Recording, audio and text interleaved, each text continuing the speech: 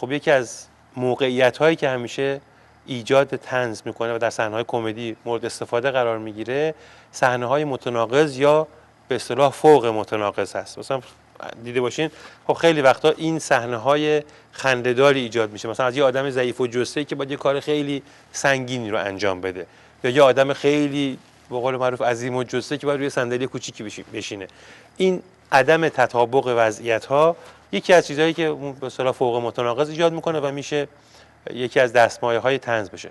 خب رژیم آخوندی سر تا پاش اینه، یعنی رژیمیه که یه ماهیتی داره که اصلا به این زمان نمیخونه. شما نگاه بکنین به هر طرفش که نگاه میکنین این اتفاق میفته. یه رژیم پوسیده در به داغونه، رو به سقوط، در سراشی به سقوط. به جای اینکه این واقعیت رو بازتاب بکنه، حرفاش چیه؟ ادعای ابرقدرت شدن برای کل جهان و شاخشونه کشیدن برای کل جهان اینا میکنه.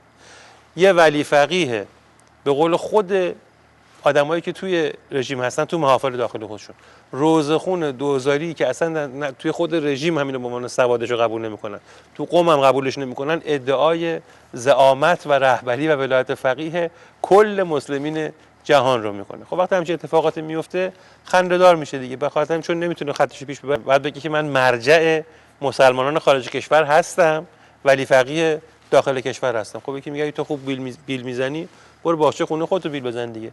طوری که داخل قم قبولت نمیکنن چجوری میخوای تو ریو دو ژانیرو و سوئد و استکهلم و این طرف قبولت میکنن؟ به هر حال میخوام بگم که صحنه ساختارش ساختار طنز و کمدی است. من این مثال رو چند بار این طرف تکرار کردم ولی باز لازم میدونم بگم. جمله است از زنده یاد غلام حسین ساعدی فکر کنم خیلی تشبیه خوبی کرد.